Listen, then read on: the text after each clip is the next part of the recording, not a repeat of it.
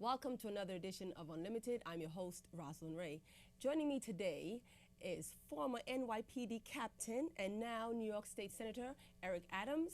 He is here after a few attempts in trying to get him into the office, into the studio. So thank you for joining us today. Thank you for having me. This is a great show, very informative. Thank you. I try. So let us begin with you're telling me how you were able to make the move from being a NYPD captain into politics. It was an easy transition after. You said it wasn't easy? It was. It Okay. was an easy transition after 21 years, approximately 22 years in the police department. I policed all over the city in different areas of the city. And it gives you an opportunity of when you love the career, you're able to serve the public. Okay. And I had an excellent reputation with the various communities that I served, that I was a very approachable person, from a police officer all the way through the rank of sergeant, lieutenant, and captain. Individuals understood that the community came first, and not only what I did when I was in the blue uniform, but what I did off duty with the starting of our organization, 100 Blacks in Law Enforcement Okay. Who Care, Tell us and that about helped. That helped transition into public service. 100 Blacks in Law Enforcement Who Care. Many people saw us on TV on Sundays or during the week talking about police abuse and police misconduct. Right. But we were so much more than that. It started out with 100 men and women who were in the various law enforcement agencies in the city, and we all contribute $1,000 a month to some Wow. needy Okay. cause in our community. You know, and that came from our funds. We raised it up from ourselves. And we would just give to little league teams, to people who needed money for school, or someone apartment was vandalized, and you know, we would help them. We'd buy food. So it was just little things. But over the years, it was great to see how each year we were contributing $12,000 back to our community Okay. in a very real way. And then at the same time, we dealt with police misconduct cases. We dealt with conflict resolution. We used to hold forums and seminars instructing young people what to do when stopped by the police. And this is while you were with the NYPD? Yes, while I was Okay. with the NYPD. And that was the prerequisite to be a member of our organization, is that you had to volunteer. You would volunteer anywhere from 20 to 25 hours a week, just giving back. You know, it wasn't all about what could we do for ourselves, it's what we could do for the community. And it was a great experience, and it helped me do a seamless transition into public office, because I already knew the importance of volunteering, the importance of giving back. And so this was something that I was doing for, you know, the great part of my adult life. You know, that's really interesting, because as you're talking, it reminded me of when I coordinated the CUNY Catch Program, and I actually had visited one of the precincts in the area. I'm not going to actually call it out right now. But I was asking, because the program that I coordinated dealt with at-risk youth, and I realized that it needed to be a relationship between the police department and these group of people, or programs such as the one that I was coordinating. And I didn't really get such a great response in terms of, you know, how can we work together. So it's interesting that you say that, you know, while you were there, that you were able to do that with your organization. Yes, and I think the police department, they missed the boat on how important it is to be reactive, to be proactive and not reactive. I have to commend the district attorney here in Kings County. Although his office is a prosecutor's office, they have programs in place to prevent crimes from taking place. Right. And I believe the police department should do more of that. Now, there are various commanders that are in charge of precincts who have their own initiatives, but it should be a police department-wide initiative that they should target promotions based on how well people can prevent crime, not only how well they can solve crime. Right. And you'll get a different response on how people interact with the police and the public. Right now, there's such an adversarial relationship because we do things in the police department. When I use the term we, the police department do things and can be considered in an adversarial manner. You know, I mean, no one invites a police officer to the home when they're having a party. They invite them there when there's some form of dispute. Right. But if we invite ourselves and interact with the public prior to that dispute, we could have a better relationship, and we don't do enough of that. Okay, on that note, I want to talk about your going undercover, so to speak. I think you did this with the Daily News. Yes. And you went into a gun shop to show how easy it is to purchase clips illegally that holds more than 30 bullets, and it's illegal according to New York state law to purchase a clip after 1994 that carry or holds more than 30 bullets. So tell us about that. What happened is that after the Arizona shooting, and many people lost their lives, and the congresswoman was seriously injured from a gunshot wound to her head. Right. That would be Gabby. Exactly. Gifford. Congresswoman Gifford. The mayor and the police department here in New York City had undercover officers go to Arizona to show how easy it is to purchase magazines or clips that carry 30 bullets. Right. When I found out, I thought that was an important initiative they did, but I was surprised to find out some days later that you can actually buy those same magazines here in New York State. Right, so you didn't have to spend $40,000 to do that undercover operation. You could have spent $36 and traveled to upstate New York in the Albany County area. And I was alarmed at that. You don't need any identification. You just merely walked in, no background check. You walk into the store and you could buy as many of the magazines that you want. Now people say, why is that important? It's important because the opportunity you have to stop a person who's assaulting the public by using a firearm is when they run out of ammunition. So the average New York City police officer carries 15 rounds in his magazine and 1 round in the chamber, which is 16 bullets. The person who can carry 30 rounds of ammunition, when that police officer runs out of bullet, that person still has 15 more rounds to discharge at the public or the police officer. I don't believe anyone in the public should possess more rounds than a law enforcement officer that's on patrol. The law stated that you can't buy these magazines if they were manufactured after 1994, which that in itself is troublesome. Because I understand I understand that the manufacturers don't have to put the dates on. Exactly. That is what my bill is pointing out, that you don't know if the clip was or the magazine was made prior to 1994 because there's no date on the magazine. There's nothing to indicate. So an unscrupulous manufacturer can just sell the clips in the market legally in New York because there's no date on it. My bills is stating that we need to outlaw the clips altogether. There's no reason to still have these magazines. Now, we have 30 rounds of ammunition. Those of us who are totally unfamiliar with what you're saying, so the clip would be extra. What happened is with an automatic weapon, many people see it in the movies when someone finished shooting their gun, they push a button and then this item will fall out. That's the magazine, that's the clip. It holds bullet. It's the extended part of the gun where you put bullets in to load the gun.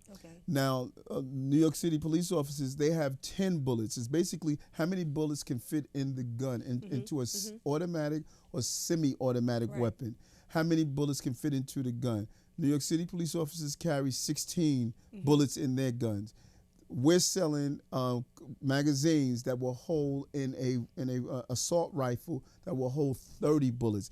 And how we were able to stop the person in Arizona is that when he stopped to reload? Right. When he stopped to reload, they were able to catch him. But he was able to discharge several rounds because he had a 30-round clip. And we don't want that here in a more densely populated environment like New York City or New York State.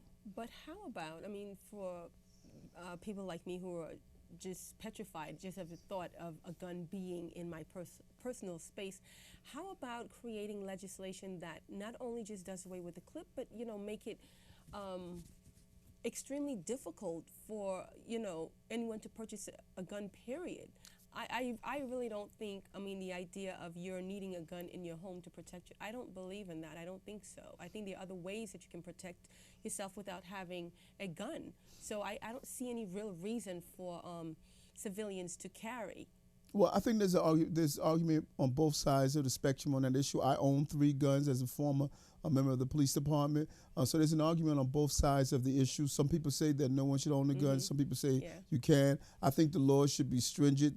In the upstate area outside of New York City, you can walk inside any store with just an identification, show the identification. There's a quick background check to ATF, and you're able to purchase that firearm. I think those laws are too lax. And New York City is more stringent. You need a permit to be able to purchase and carry a firearm here in New York City. Okay. That's different outside the 5 boroughs of New York City. But yet so many of our youth still have guns, and so many of them are underage. Right, because they're not purchasing. Many of our guns that are committing illegal crimes are not coming from the New York City area.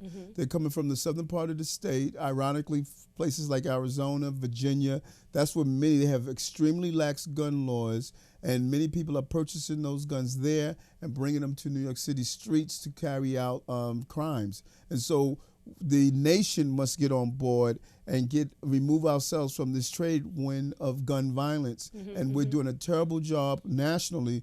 That's because the gun manufacturers have a very strong lobbying force in the National Rifle Association. They lobby lawmakers to prevent those strong gun laws that we would like to see. Well, how are we going to try to eradicate that as we see most of the gun-related crimes are happening by the hands of blacks and Hispanics. And this group right here is one of the most underserved within, most communities, I would say. How, as a legislator, are you going to go about trying to remedy that so that they won't pick up the gun to go try to survive? Because most of it is really they're trying to survive. Yeah, but I don't know if it's so much trying to survive as much as we deal with the culture of violence. It's in our lives. We see it on TV. We see it in our games. We see it in our video games, in our music.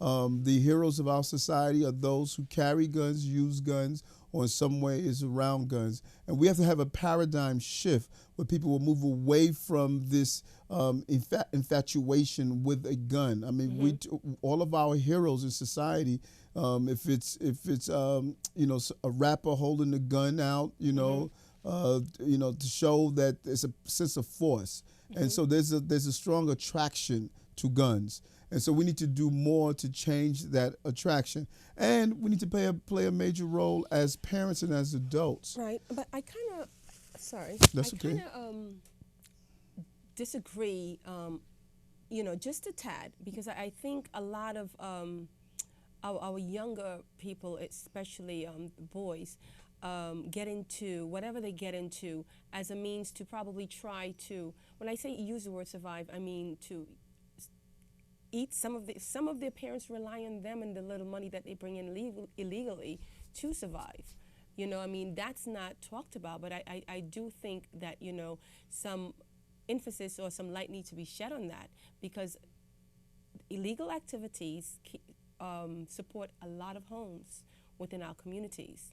Without a doubt, and we don't disagree. I agree with you. I saw firsthand how much illegal activities, many parents turn a deaf eye or blind eye to the fact that their children are either selling drugs or doing something illegal. I think of one of the rappers, Tupac, used to talk about how he feels good when he puts money in his mother's mailbox, and I'm pretty sure that's played out throughout our community, but it's not acceptable. No, it's not. And being poor, being hungry, worrying about where the rent money's coming from, there's no excuse to turn to violence. There's no excuse to turn to illegal activity. I lived that life. I lived the life of the uncertainties of the marshal coming any day to throw us out. Right. But my mother never turned to violence, and she never accepted us going out doing something illegal to pay the rent. She would rather be homeless than to give away her dignity and respect of what she was giving our children. And that's what we need to instill in our children. When our child comes home,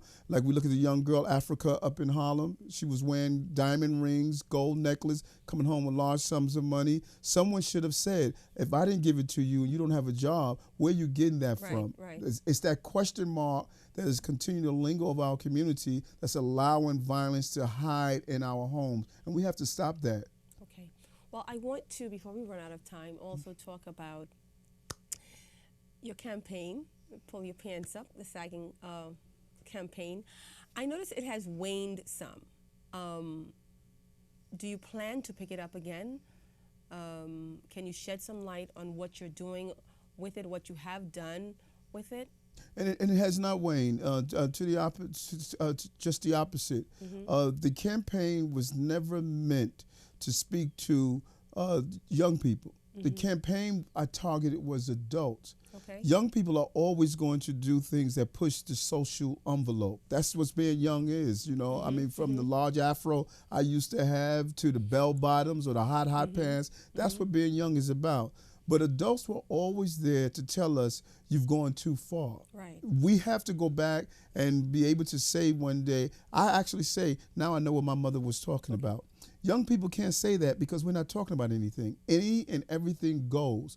Anytime adults allow young people to display their underwears and sometimes their pubic hairs walking through the streets, and we ignore it and act like we don't see it, then we're setting an atmosphere where there's a lack of a standard. And so now young people have picked up this cry of, you know what, pull our pants up. There's no reason why we're still doing this. And young ladies are now saying, this is what I expect for the man in my life, how I expect him to look, how I expect him to act. The goal was to start a conversation because we were ignoring this despicable jail-like behavior, and all of us have become so used to it that it was in every day. So my video and my billboards was to press the conversation. And now you're hearing conversations all over the country now. People are talking about why we must change this culture. Well, I brought you here mainly to actually keep the dialogue going on this, and to, I think when I speak to other adults and I ask, or if they hear me say, you know what, listen, pull your pants up, because I'm not afraid to say pull your pants up at all. I teach a class, and the young men know that two things they have to do: take their hats off, and their pants, I must not see their underwear at all, their boxers. And if I do see it, I say, okay, you're wearing green, yellow, whatever today. So, you know, they smile and then they'll pull it up. But I think if we had more people doing that, and I ask some of the men, why don't they do it? They said because of the confrontation that can come out of it. Right. What do you say to them? Well, okay, first of all, I'm surprised that you teach a class. I thought you were a student, you know. But I think that you are concerned about confrontations, but there's ways to do it. And I think that before we step to our young people want to know, do you have street credibility, for lack of a better phrase? You know, if you're going to criticize me for sagging, deal with the issues that police are stopping me for no reason at all. Right. Deal with the issue that they're cutting social services and not opening centers in our community. So we can't just criticize our young people when we're silent on issues that impact them. I believe that throughout the years, young people have witnessed what I feel about my community and about this city on a whole. And so when I come to a young person in a respectable manner, because I'm going to respect them, and say, you know what, you're better than this. They're not going to come at me stating, well, you're not talking about anything else that's taking place in our community that's negative. I'm consistent with negative behavior. And so we must start becoming consistent with negative behavior. Let's volunteer and start a football program or soccer program in our community. Let's volunteer and go paint graffiti in our community. We have to do more in our community so our young people can look at us and say there's a consistency in our behavior. But you know, as you say that, I think a lot of people, because I really don't think that people are innately, you know, inclined to do wrong. And I think, though, a lot of people want to do good. They want to be able to be proactive. But some people just don't know how, you know. So how do you start a football league? How do you go about doing these things that you're suggesting? Right. I think, and I agree with you. I believe one of the greatest sins that we do is that we tell parents to be better parents, but no one is giving them step-by-step instructions how to. I mean, when a child is born, no one hands you a manual and state, this is how you raise a child. So it's challenging how to be a better parent to do things for the school. one thing I started immediately upon getting elected is I did a parent empowerment seminar from cradle to college. Right. All the things that we can do on how to raise productive, intelligent, well-rounded children. We must start giving step by step. If people want to do a little league team, we need to hold seminars how to start a little league team. Because you and I both, walking into a governmental building, to you and I, that's no big thing, Right. you know. But to the average person, Yes, it is. it's intimidating. And don't let it be that you have broken English or you haven't mastered the English language. That's even more terrifying. What I like to do as a state senator, as a public servant, is hold people's hand and meet them where they are and take them where they want to be. Not to look down on them and state you should know, but actually showing them how to know. And I think all of government needs to be about that. I'm going to share this story really, really quickly, and then I want to bring on this young man who's going to perform for us. I was speaking to, I'm not going to name names, but a few years ago, I used to always, go get a job, go do this, go. And so one time the person got a little frustrated with me and said, when I step outside, I don't know which direction to go. So I think that we need more avenues open up to people who want to. So true. Okay, who So want true. to do good, who want to do something productive, who want You're so to do true. something And constructive. I could not agree with you more. And there are steps to going from feeling helpless to feeling empowered. And the first step is to look the part. That's the first order of business. And that is what I'm attempting to do, is say, let's look the part. And I think, too, not cutting you off, I want to bring in the young man quickly, is that because I've noticed sometimes when I'm walking the street, especially if I'm dressed, and if a young man is passing me and he's sagging, he would pull his pants up. So I think it's sometimes has to do probably the peer pressure. It's that company that they're with. Without a doubt. Because they know when it's too low. They know when they are pushing the envelope. Without a doubt. You know what I mean? But I think their peers are not saying to them. And I think more than the peers, it's probably be a whole different show. But I'll put it out there anyway. We are motivated by the opposite sex. If sisters was telling brothers, you can't even get my phone number if you don't have a high school diploma, a lot of brothers would be graduating from school. Right. If you won't get a kiss without a college degree, you'll see more brothers in college than you'll ever imagine. But when the standards are low, when you can be unemployed, when you can be uneducated, when you can sell drugs, when you can be abusive to me verbally and physically, and you still have my loving, people are gonna naturally fall. Unless they're self-motivated, they're gonna naturally fall to the easiest path to accomplish a goal. So we have to start saying what we expect from each other. The lady in my life, she has to bring something. I want a Michelle Obama, just as Michelle wanted a Barack Obama. Right. And I agree with you. And so coming up next, I'm going to bring on this young man now, is this 7-year-old Phenom. I think he is, at least, goes by the name of Little Man. He is here today to sing Pull Your Pants Up. So come on in, Little Man. Excellent. Okay, so we're going to bring him in. Where is he? Let me disconnect this. Hi, welcome to Unlimited. Tell me your name. My name's Amor. Go by the name Lil Man. I'm 7 years old, from Brooklyn, New York. And what song are you performing for us today? Think that you swagging 'cause your pants sagging. All right, take it away. I'm just going to get out your way, little man.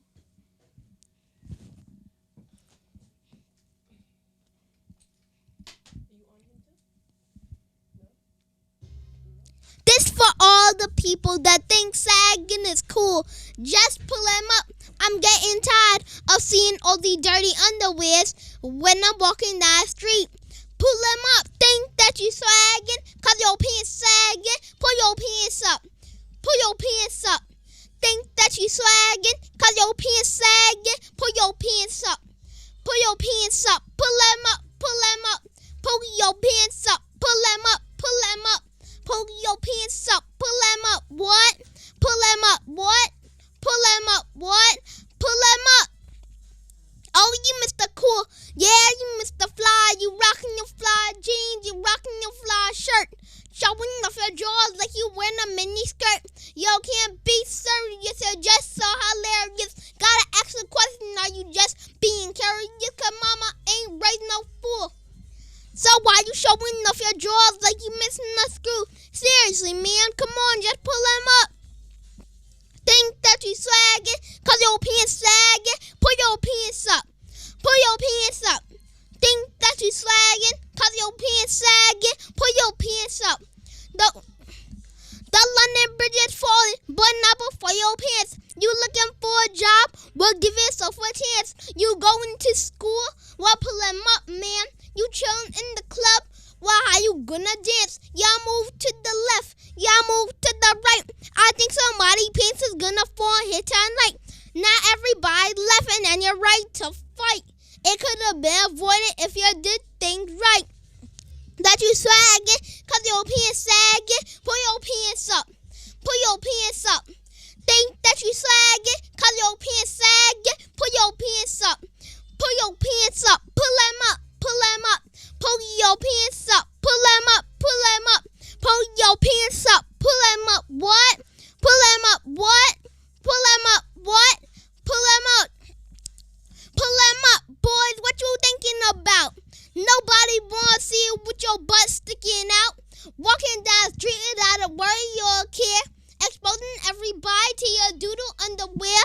Then you get mad when the people start to stare.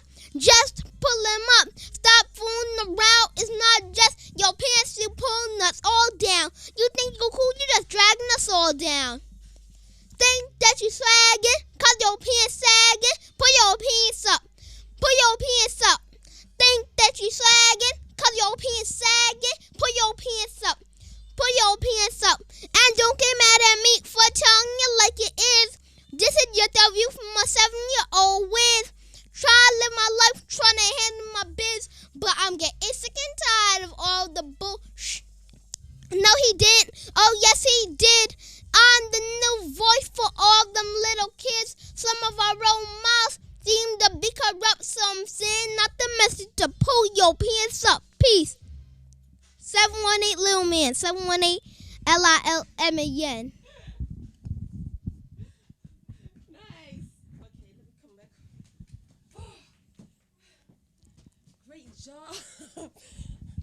Little Man with a message for the people. So joining us, Senator Adams. I want you to meet New York State Senator Eric Adams. Hey, little man, how are you? Where's your dad? That is a great piece. Huh? Yeah, I'm going to do. Yeah.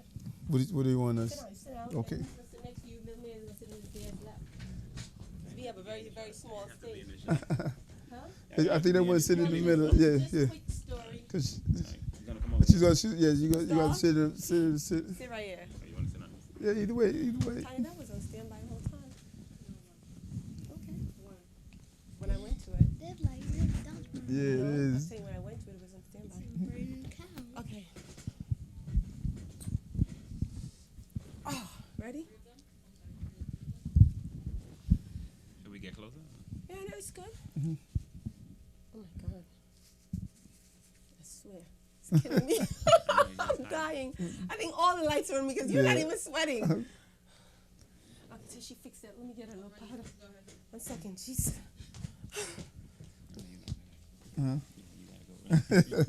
Oh. It's a good tune, good lyrics too. Thanks. You're welcome. Oh, Lord have mercy.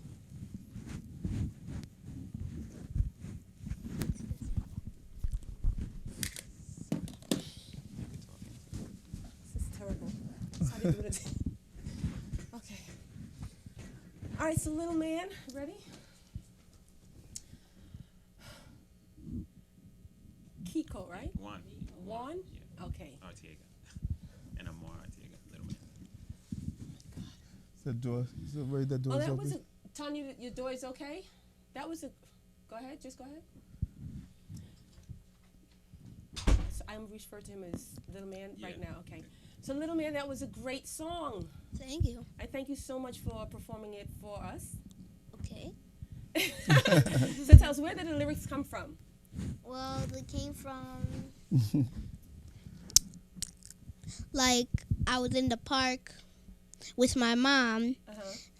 sagging because my sister's 12 and she thinks it's cool. It's your So sister's fault now. So she told me to do it. Okay. But I wasn't by my mom at the time. That's when my dad came in and he was like, pull him up. But I'm like, it's cool. And he's like, pull him up. I'm like, everybody else is doing it. But then I realized sagging ain't cool. So that's why I made my song Think That Sagging Because Your Pants Sagging. When did you realize it wasn't cool? At what moment did you realize sagging wasn't cool? I realized it wasn't cool. Like, why does everybody have to follow? Mm-hmm. Why do they have to do it? Why can't Okay. they just stop? Mm-hmm. Okay, so when did you, how did you come up with the lyrics? The lyrics. I came in The words. How did you come up with the words? like pull him up. That was like when pull him up, pull your pants up. Mm-hmm. It's for sagging. When you're sagging, pull him up. Right.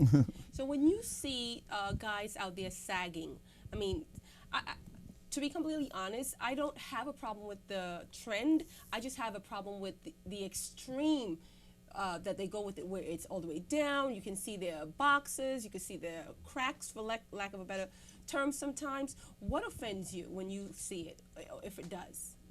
It's like just disrespectful to It others. is. Yes, it is. I agree. Mm. Yeah, I agree. So, Dad, tell me, I understand that he has a number of songs which you co-write. Did you help him on this one? Yeah, he pretty much just brings the ideas to the table, and we help format it and put it into a song. I mean, he Okay. wouldn't be able to structure the whole. He wouldn't be able to structure the whole song. Right. So he brings his ideas, he brings his raps as far as he can go with it. We put it together into verses, and Okay. then get the hooks. So And he approached you with it. right, he approaches it with ideas that he has. Okay. Yeah. So was he always into rap? Pretty much into just being on TV, becoming a star. Just he, Okay. he loves all his shows that he Okay. watches. So All right.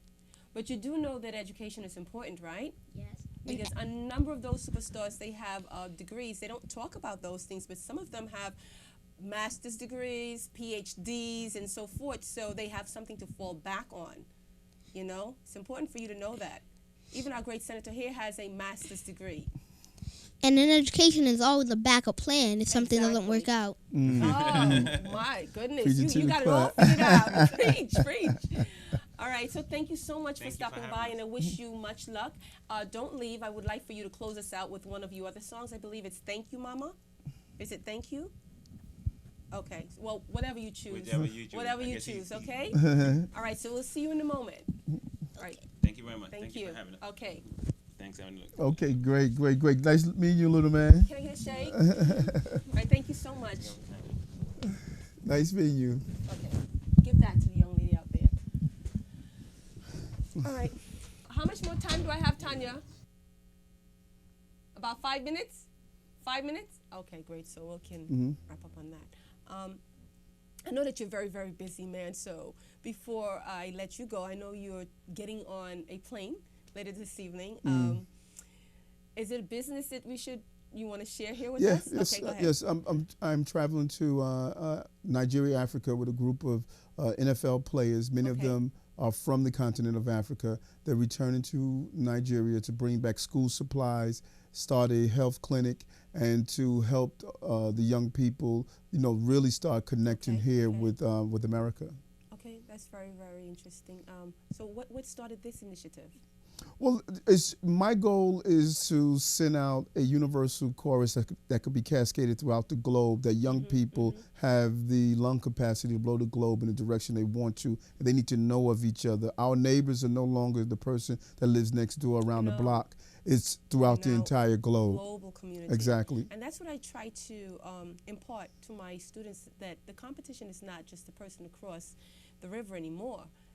That we are actually spanning the globe, and you're competing with students from India, students from China, Japan, Africa, So true. Central America, South America, And so that's really important for us to really start thinking, you know, from that perspective. We do, and we have to prepare our children, and we have to safeguard them until they get to the manner in which they can prepare themselves. And that was part of my initiative of telling parents, you have to go inside your children's room, see what's taking place. You got to look through those backpacks, and that's not breaking down trust. That's building trust together, or we could build healthy children.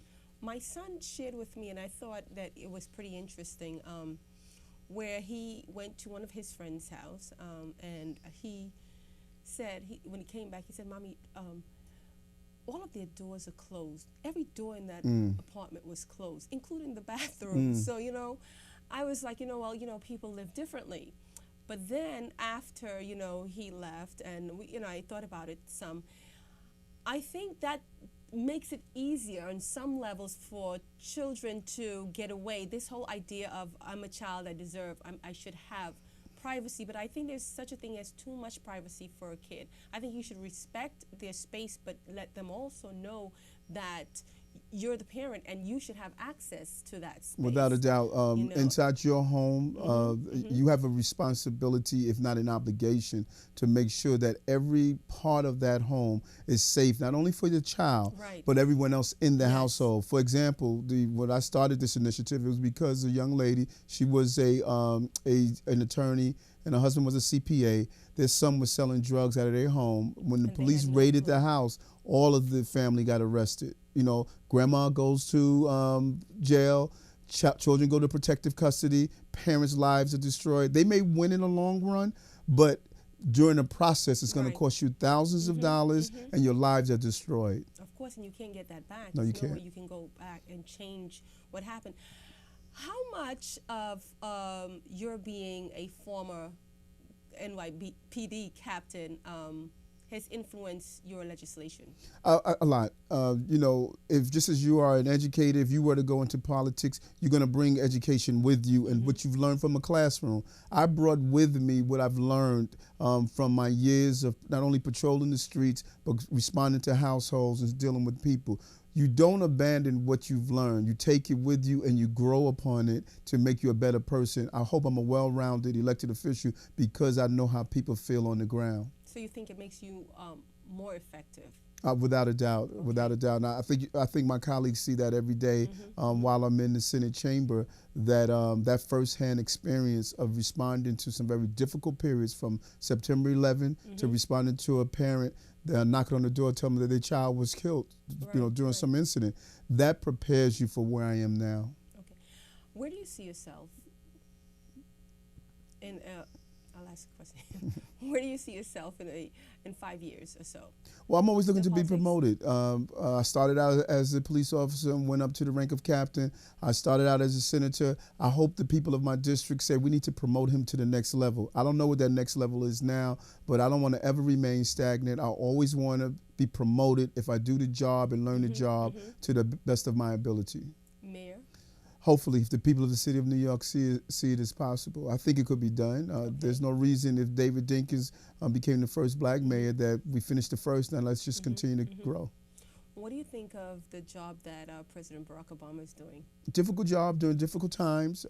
Inherit 2 wars, an economy that was destroyed, an administration that lied to the American people all across the globe, the lack of trust of who we are as American. The American brand has been destroyed. President Obama now has to rebuild the American brand, and people have to believe in that brand again. Right now, we have a brand that is destroyed, and we need a president to rebuild that brand. And I think he's doing that. It's not going to be done overnight. It wasn't destroyed overnight, so it's not going to be rebuilt overnight. And we need to give him the opportunity to do so. Okay. New York State Senator Eric Adams, thank you so much for stopping by. Thank you. Real pleasure. I'd like to have you back again sometime. Love to. Love to. This is Unlimited. I'm your host, Roslyn Rey, and I thank you for joining me. Until next time, same place, be well.